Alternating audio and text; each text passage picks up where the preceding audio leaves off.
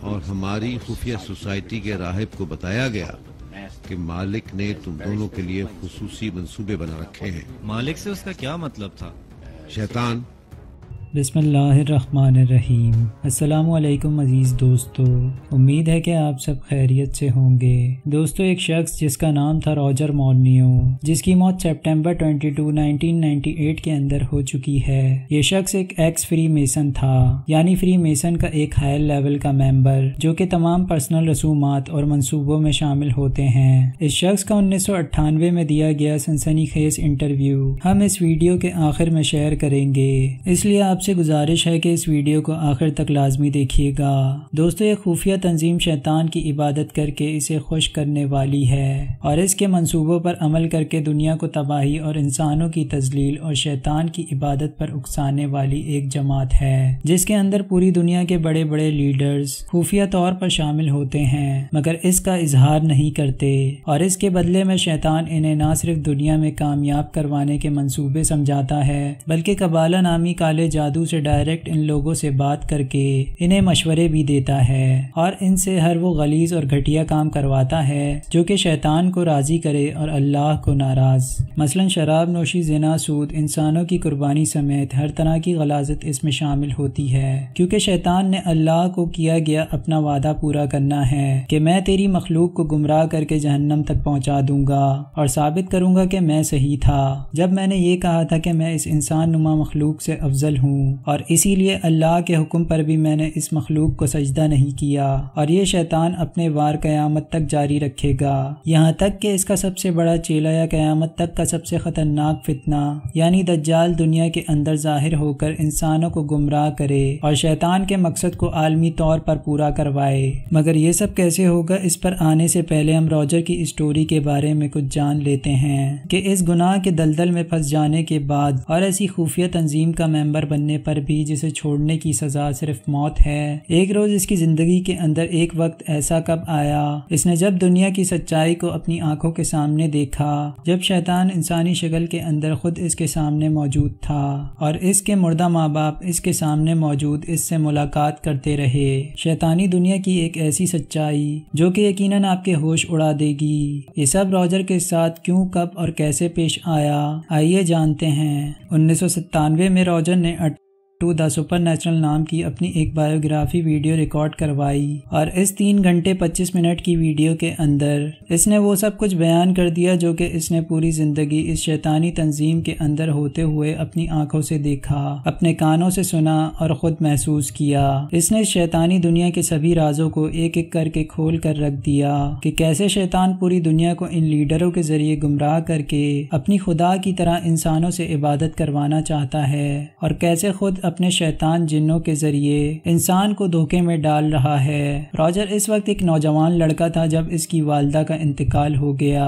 اس کے بعد آہستہ آہستہ اس کا اعتبار اپنے خدا اور اپنے مذہب عیسائیت سے مکمل طور پر اٹھ گیا اور جوانی میں جا کر اس نے امریکن نیوی کو جوائن کر لیا۔ اسی دوران دوسری جنگ عظیم شروع ہو گئی۔ جب امریکہ نے یہ جنگ جاپان پر نیوکلیئر حملے کے بعد جیت لی تو ایک روز اس کے باس نے اسے اپنے پاس بلا کر کہا کہ میں تمہارے کام سے بہت خوش ہوں اور چاہتا ہوں کہ تم بھی ایک خاص قسم کی پارٹی میں شامل ہو جاؤ جس کے اندر صرف ٹاپ لیول کے عہدے کے لوگ ہی شامل ہو سکتے ہیں۔ شاید اس کا باس یہ جان گیا تھا کہ روجر اب کسی خدا پر یقین نہیں رکھتا، اسی لیے اسے قابو کرنا اور اس کا برین واش کرنا زیادہ آسان ہوگا بجائے کسی عقیدے پر یا خدا پر یقین رکھنے والے شخص کے۔ روجر نے سوال کیا کہ سر، اس پارٹی کے اندر خاص کیا ہوگا؟ اس کے باس نے کہا کہ کیا تم اپنے مردہ ماں باپ سے ملنا چاہو گے؟ روجر نے سن کر اس بات کو مذاق میں لے لیا اور سوچا کہ شاید باس کا دماغ خراب ہو گیا ہے اور کہنے لگا کہ سر، یہ تو ٹیکنالوجی کا دور ہے، آج کے دور میں اس طرح کی بچکانہ باتیں اچھی نہیں لگتی۔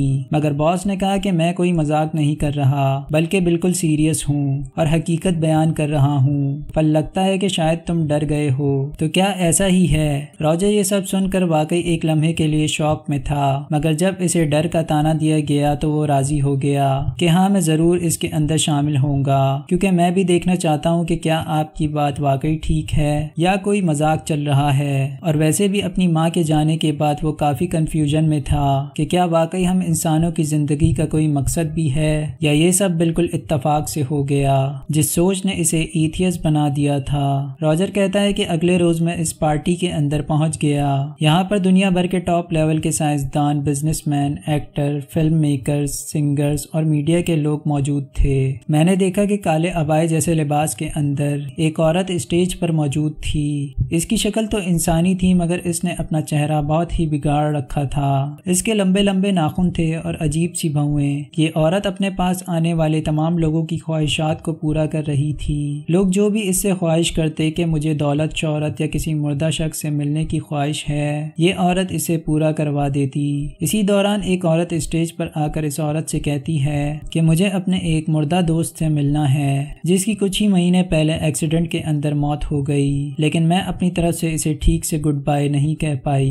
یہ خواہش سن کر کچھ ہی دیر بعد پردے کے پیچھے سے وہ لڑکا ہمارے سامنے موجود تھا اور میں بالکل شوق میں کھڑا دیکھ رہا تھا کہ یہ شخص بالکل اس لڑکی کے دوست کی شکل اور آواز کے اندر بات کر رہا تھا۔ اسی دوران اچانک وہ لڑکی رونے لگی۔ اس کے علاوہ سب نے اپنی اپنی خواہشات اس عورت کو بتائی جسے اس نے پورا کیا۔ اب میری باری تھی اور میں اندر سے ڈرا ہوا تھا کیونکہ اپنی پوری زندگی میں میں نے ایسا کبھی نہ تو دیکھا تھا اور نہ کبھی سوچا تھا۔ خیر جب میری باری آئی تو میں نے اس عورت سے جا کر کہا کہ میں اپنے مردہ ماں باپ سے ملنا چاہتا ہوں۔ یہ کہنا تھا کہ کچھ ہی دیر کے اندر میرے مردہ ماں باپ پردے کے پیچھے سے نکل کر میرے سامنے موجود تھے۔ میں نے ان سے بہت ساری باتیں کی، جی بھر کر ان سے دل کی ساری باتیں کرتا رہا اور یوں پہلی بار میرا تعارف اس سیکرٹ سوسائٹی سے یعنی فری میسن سے ہوا۔ راجر کو ایک معاہدے کے بعد اس گروپ میں شامل کر لیا گیا۔ اس کے باس نے جو کہ اسے یہاں پر لانے والا تھا اسے کہنے لگا کہ میں تمہیں اپنے ماسٹر سے ملوانا چاہتا ہوں جو ہائر ہیومن بینگ یعنی انسانوں سے افضل ایک روحانی مخلوق ہے، مگر انسان کی شکل میں وہ ہم سے میٹنگز کرتا ہے۔ وہ بہت ہی ذہین مخلوق ہے اور اس کا کہنا ہے کہ میں تب سے موجود ہوں جب انسان کو تخلیق بھی نہیں کیا گیا تھا اور جب یہ دنیا بھی نہیں بنی تھی۔ اس نے دنیا کی ساری جنگیں دیکھیں، بادشاہتوں کو بدلتے اور اجڑتے دیکھا۔ وہ نہ صرف پالیٹکس کو جانتا ہے بلکہ دنیا کے تمام انسانوں سے زیادہ ہماری اس دنیا کو سمجھتا ہے۔ اس لیے راجر یہ بہتر ہے کہ تم مجھ سے رابطہ اور دوستی رکھو اور ہمارے ساتھ شامل ہو جاؤ، میں تمہیں اس سے ضرور ملواؤں گا۔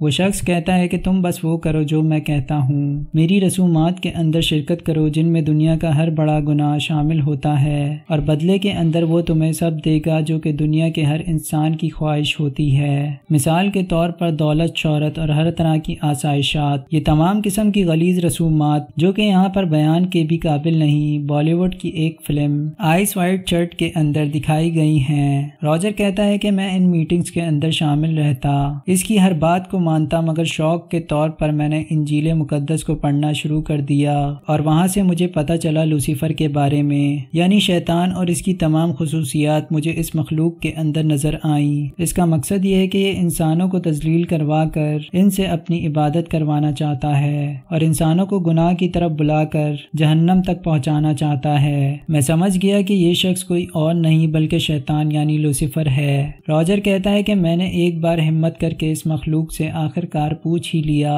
جو کہ ایک پینٹ کوٹ کے اندر اور انسان کی شکل کے اندر ہمارے سامنے آتا تھا۔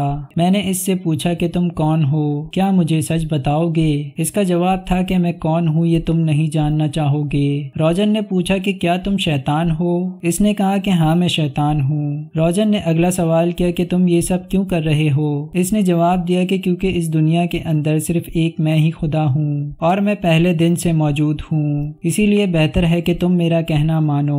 ہندو اور کرسچن میری ہی عبادت کرتے ہیں کیونکہ ان کی مذہبی پینٹنگز کے اندر اگر تم غور کرو تو مسیح کی تصویر کے پیچھے بھی سورج کو نکلتے ہوئے دیکھا گیا ہے، اور ہندو خداؤں کے علاوہ بہت سارے خداؤں کے پیچھے بالکل یہی کانسیپٹ دکھایا گیا ہے کہ ان کے پیچھے سے سورج کو طلوع ہوتے دیکھا جا رہا ہے۔ حالانکہ سچ تو یہ ہے کہ سورج ہر روز میرے پیچھے سے نکلتا ہے، جو کہ دوستو بالکل صحیح بات ہے، کیونکہ صحیح بخاری کی ایک حدیث مبارکہ سے یہ ثابت ہے کہ نبی کریم صلی اللہ علیہ وآلہ وسلم نے فرمایا کہ فجر کے بعد ایک ایسا وقت آتا ہے جب شیطان کے سینگوں کے درمیان سے سورج نکل رہا ہوتا ہے، اور اسی لیے فجر کے بعد کچھ دیر کے لیے نماز پڑھنے کرنے سے منع کیا گیا ہے۔ اس نے کہا کہ اپنی پینٹنگز کے اندر انڈائریکٹلی یہ لوگ مجھے ٹریبیوٹ دے رہے ہوتے ہیں، اور یہی تو میں چاہتا ہوں کہ لوگ نہ چاہتے ہوئے بھی انجانے کے اندر بس میری ہی عبادت کر رہے ہوں۔ اس کے علاوہ عیسائی خود عیسیٰ علیہ السلام کی صلیب کو مقدس بنا کر ان کی خود توہین کر رہے ہیں، کیونکہ ان کو تو صلیب پر موت ہی نہیں آئی تھی۔ میں چاہتا ہوں کہ لوگ خود مسیح کا مذاق اڑائیں۔ انسانوں کو بندروں کی اولاد کہہ کر ایوولوشن کے پیچھے لگانے والا بھی میں ہی تھا جس نے انسانوں کو یہ آئیڈیا دیا، کیونکہ میں جانتا ہوں کہ جب لوگ اپنی تخلیق کو ہی اللہ سے نہیں جوڑیں گے تو اس کی عبادت بھلا کیسے کریں گے۔ میں نے بالکل اسی طرح 70 پادریوں کو گمراہ کر کے اور اپنے ساتھ ملا کر ان کے ماننے والوں سے اپنی عبادت کروائی، جو کہ کبھی میرے سب سے بڑے مخالف تھے۔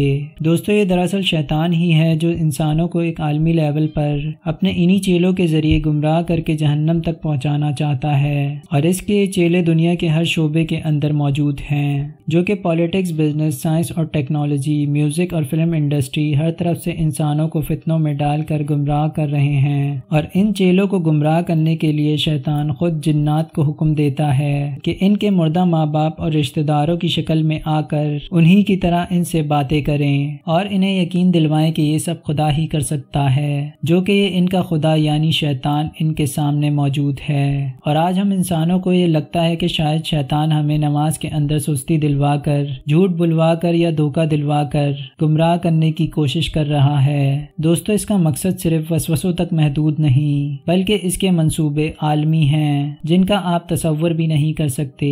وہ انسانوں کو کچھ اس طرح سے بہکاتا ہے کہ یہ لڑائی دراصل پولیٹکس کی لڑائی ہے۔ مثال کے طور پر جیسے کوئی ایک شخص کسی ایک پولیٹیکل لیڈر کی آئیڈیالوجی پر یقین رکھتا ہے تو دوسرا کسی اور پر، بالکل ویسے ہی کوئی اللہ کی پارٹی میں ہے تو کوئی شیطان کی فوج میں، مگر اللہ نے بار بار ایک ہی پیغام تورات، زبور، انجیل اور قرآن مجید کے اندر بھیج کر شیطان اور اس کے منصوبوں کو بے نقاب کر دیا اور بتا دیا کہ وہ کیسے انسانوں کو دھوکے میں ڈال کر انہیں بہکاتا ہے اور ان کو راہ حق سے بھٹکانے کی کوشش کرتا رہتا ہے، اور قیامت سے پہلے اس کا سب سے بڑا چیلا دجال بھی ایسا ہی کرے گا اور اپنے ماننے والوں سے یہ کہے گا کہ میں اگر تمہارے مردہ ماں باپ کو تمہارے سامنے زندہ کر دوں تو کیا تم مجھے خدا مان لو گے؟ اور تب تک میڈیا ان لوگوں کا اتنا برین واش کر چکا ہوگا کہ شیطانوں کو اپنے سامنے ماں باپ کی شکل میں دیکھ کر وہ اس پر ایمان بھی لے آئیں گے۔ اگر آج یہ سب کچھ جان کر بھی ہماری آنکھیں نہیں کھلتی تو سوچیں قصور کس کا ہے، خدا کا یا صرف ہمارا؟ راجر کو اس انٹرویو کے بعد دماغی مریض کہا گیا اور اس کی بیوی کو بھی مار دیا گیا، اور کچھ ہی مہینوں بعد خود اس کی پراسرار موت پر بھی کئی سوال کھڑے ہوئے، مگر اس شخص نے ہمت کر کے شیطانی دنیا کی ایک جھلک ہمیں اپنے الفاظ سے دکھا دی اور بتا دیا کہ شیطان اب عالمی لیول پر اپنی حکومت کو نافذ کرنا چاہتا ہے۔ اس کا مطلب کہ قیامت اب زیادہ دور نہیں ہے۔ ہر گزرتے وقت کے ساتھ مزید فتنے انسانوں کو گمراہ کرنے کے لیے پیدا ہوتے رہیں گے، مگر ثابت قدم ایمان والے انہیں پہچان کر ہمیشہ نہ صرف ان سے مقابلہ کرنے کے لیے پیدا ہوتے رہیں گے بلکہ دنیا کو بھی اس سے آگاہ کر کے ان کی آخرت کو خراب ہونے سے بچائیں گے۔ اللہ سے دعا ہے کہ وہ ہمیں بھی انہی لوگوں کے اندر شامل فرمائے اور ہمیں سمجھنے کی اور عمل کرنے کی توفیق دے، آمین۔ آپ نے جنات کی پوجا کرنے کا سلسلہ کب سے شروع کیا؟ دوسری جنگ عظیم کے بعد جب میں نے نیوی کی ملازمت ختم کی تو میں کینیڈا کے شہر مونٹریال میں اس پیشے کو آگے بڑھانے کے لیے کوششیں کر رہا تھا۔ اس زمانے میں جہاز کے سفر کے دوران ایک شخص سے میری ملاقات ہوئی۔ اس نے کہا، ہے مورنیو، تم ابھی تک زندہ ہو؟ تم سے مل کر بہت خوشی ہوئی، کیا تم میرے ساتھ آج رات کے کھانے میں شرکت کرو گے؟ میں نے اپنے باس سے اس شام کی چھٹی کی درخواست کی۔ میں شام کو اس کے ساتھ کھانے پر گیا۔ اس نے کہا، میں تمہیں ایک حیران کن بات بتانا چاہتا ہوں۔ پھر اس شخص نے مجھے بتایا کہ اس کا تعلق ایسے لوگوں سے ہے جو مردہ لوگوں کی روحوں سے بات چیت کرتے ہیں۔ مجھ سے کہا، کیا تم اپنی آن جہانی والدہ سے گفتگو کرنا چاہو گے؟ میں تو یہ سن کر بہت پریشان ہو گیا۔ اس نے کہا کہ تم اپنی مردہ والدہ کی روح سے بات چیت کرتے ہوئے خوفزدہ تو نہیں ہوگے؟ میں نے اس سے کہا، مجھے اس بارے میں سوچنے کا موقع دو، کیونکہ میں نے پہلے کبھی زندگی میں اس بارے میں سوچا تک نہیں۔ ہم میں سے بھی زیادہ تر لوگوں نے اس کے بارے میں نہیں سوچا ہوگا۔ اس نے مجھ سے کہا کہ تم جانتے ہو کہ تمہارے چہرے سے یہ بات بیان ہے کہ تم روح کو حاضر کرنے کے عمل سے فوقدہ ہو، لیکن اس نے ساتھ یہ بھی کہہ دیا کہ مجھے یقین ہے کہ میں آؤں گا ضرور۔ پھر اس نے مجھ سے کہا کہ وہ سمجھتا ہے کہ میں بہادر شخص ہوں۔ یہ سب اس نے جہاز میں دوران سفر نوٹ کیا تھا۔ اس نے کہا کہ تم پہلے والے آدمی نہیں لگتے، تم تبدیل ہو چکے ہو اور بزدل بھی ہو گئے ہو۔ میں نے سوچا کہ کیا اب بھی مجھے سننا تھا؟ اس وقت ہی میں نے اس سے پوچھا کہ وہ روح کو حاضر کرنا چاہتا ہے۔ ایک دن ہفتے کے روز ہم اس جگہ پہنچ گئے۔ یہ ہمارا پہلا موقع تھا۔ جگہ بہت خوبصورت تھی۔ روح کو حاضر کرنے والی خاتون جسے میڈیم کہتے ہیں، مونٹریال میں اس کا مکان بہت اچھا تھا۔ اس مکان میں 20 مہمان موجود تھے، میں بھی ان میں سے ایک تھا۔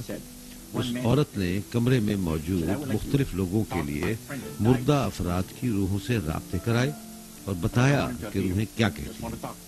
ایک شخص نے کہا وہ اپنے ایک دوست سے بات کرنا چاہتا ہے جو 6 ماہ قبل ہلاک ہو گیا، لیکن وہ اس کو کمرے میں حاضر نہیں کرنا چاہتا۔